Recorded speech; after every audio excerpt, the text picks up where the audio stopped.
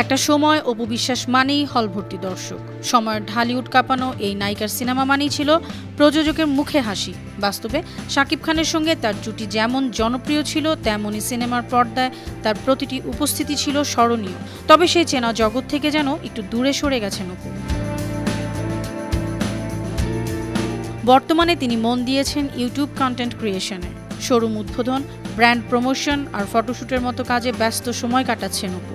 ভক্তদের মনে একটাই প্রশ্ন, তাহলে কি অপু বিশ্বাস অভিনয় ছেড়ে দিচ্ছেন?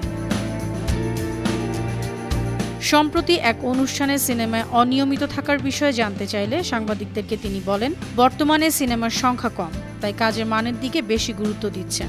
অন্যদিকে ইউটিউব, প্রমোশন আর মডেলিং তার কাজেরই অংশ, আর এই কাজগুলোতেও নিজেকে ব্যস্ত রাখতে ভালোবাসেন। তবে তিনি পরিষ্কার করেছেন, সিনেমার মানুষ হিসেবেই তার মূল পরিচয়, আর ভালো গল্প পেলে তিনি অবশ্যই পর্দায় ফিরবেন।